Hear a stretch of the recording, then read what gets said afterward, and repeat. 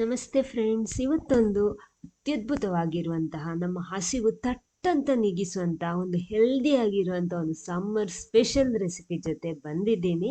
ಖಂಡಿತ ಮಿಸ್ ಮಾಡಬೇಡಿ. ಒಂದ್ಸಲ ಆದ್ರೂ ಇದನ್ನು ಟ್ರೈ ಮಾಡಿ, ಟೇಸ್ಟ್ ಮಾಡಿ. ಸೂಪರ್ ಆಗಿರುತ್ತೆ. ಬನ್ನಿ ನೋಡೋಣ ಇದು ಏನು ಹೇಗೆ ಮಾಡೋದು ಅಂತೆಲ್ಲ.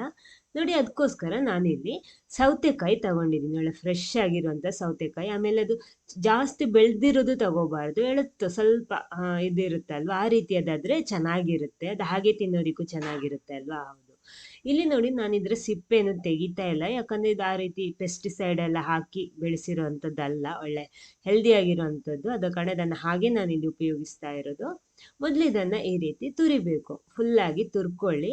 ನೋಡಿ, ಈ ರೀತಿ ಬರುತ್ತಲ್ವಾ, ಅವಾಗ ಫುಲ್ಲಾಗಿ ಈ ರೀತಿ ಅಂದರೆ ನಿಮ್ಗೆ ಎಷ್ಟು ಬೇಕೋ ಆ ರೀತಿ ನೋಡಿಕೊಂಡು ಮಾಡ್ಬೋದು. ನಾನಿಲ್ಲಿ ಈ ಸೌತೆಕಾಯಿಯ ಅರ್ಧ ಭಾಗದಷ್ಟು ನಾನಿಲ್ಲಿ ಉಪಯೋಗಿಸ್ತಾ ಇರೋದು.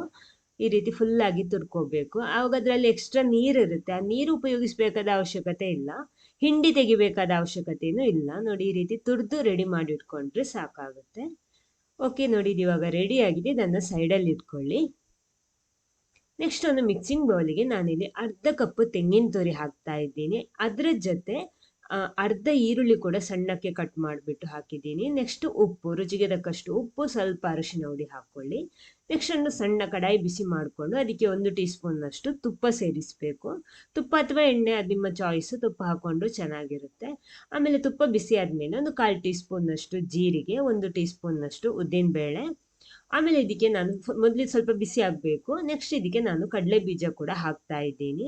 ಕಡಲೆ ಬೀಜ ಹಾಕೊಂಡ್ರೆ ಅದು ಚೆನ್ನಾಗಿ ಕ್ರಿಸ್ಪಿಯಾಗಿ ಬರಬೇಕು. ಆದ ಕಾರಣ ಇದನ್ನು ಕರೆಕ್ಟಾಗಿ ಫ್ರೈ ಮಾಡಬೇಕು. ಫ್ರೈ ಮಾಡಿದ ನಂತರನೇ ಚೆನ್ನಾಗಿ ರೋಸ್ಟ್ ಆಗಬೇಕು, ಕ್ರಂಚಿಯಾಗಿ ಸಿಗಬೇಕು ಅದು. ಆದಮೇಲೆ ನೆಕ್ಸ್ಟ್ ನೀವು ಸೇರಿಸಿದರೆ ಸಾಕು, ಏನಾದರೂ ಸೇರಿಸ್ತಿದ್ರೆ. ನೋಡಿ, ಈ ರೀತಿ ಮೊದಲು ಫುಲ್ಲಾಗಿ ಇದನ್ನು ಫ್ರೈ ಮಾಡ್ಕೊಳ್ಳಿ. ಆಮೇಲೆ ಇದಕ್ಕೆ ಸ್ವಲ್ಪ ಕರಿಬೇವನ್ನು ಹಾಕ್ತಾ ಇದ್ದೀನಿ. ಎಲ್ಲ ಕೂಡ ಮಿಕ್ಸ್ ಮಾಡ್ಕೊಳ್ಳಿ. ಫುಲ್ಲಾಗಿ ಮಿಕ್ಸ್ ಆಗಿ ಬರಬೇಕು. ನೋಡಿ, ಇವಾಗ ಕಡಲೆ ಬೀಜ ಎಲ್ಲ ಕರೆಕ್ಟ್ ಕ್ರಿಸ್ಪಿಯಾಗಿ ಬಂದಿದೆ, ಫ್ರೈ ಆಗಿ ಸಿಕ್ಕಿದೆ ನಮಗೆ. ಕರೆಕ್ಟ್ ಆಗಿದೆ, ಸಾಕು. ಇನ್ನಿಲ್ಲ, ಫೈನಲ್ ಆಗಿ ನಾನಿಲ್ಲಿ ಮೆಣಸು ಕೂಡ ಸೇರಿಸ್ತಾ ಇದ್ದೀನಿ. ಇದು ಲಾಸ್ಟಿಗೆ ಹಾಕೊಳ್ಳಿ. ಮೊದಲೇ ಹಾಕೊಂಡ್ರೆ ಬೇಗ ಕಪ್ಪಾಗಿಬಿಡುತ್ತೆ, ಆದ ಕಾರಣ ಲಾಸ್ಟಿಗೆ ಹಾಕ್ತಾ ಇದ್ದೀನಿ.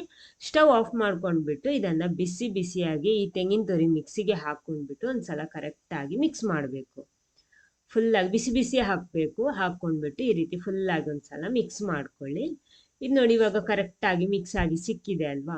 ಇನ್ನು ಇದಕ್ಕೆ ನಾವು ಆವಾಗ ತುರಿದಿಟ್ಕೊಂಡಿರುವಂತಹ ಈ ಸೌತೆಕಾಯಿನ ಕೂಡ ಸೇರಿಸಬೇಕು.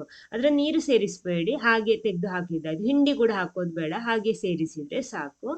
ಇನ್ನು ಇದನ್ನು ಮಿಕ್ಸಿಂಗ್ ಮಾಡಬೇಕು. ಇದು ಫೈನಲ್ ಆಗಿ ಸೇರಿಸಿದರೆ ಸಾಕು.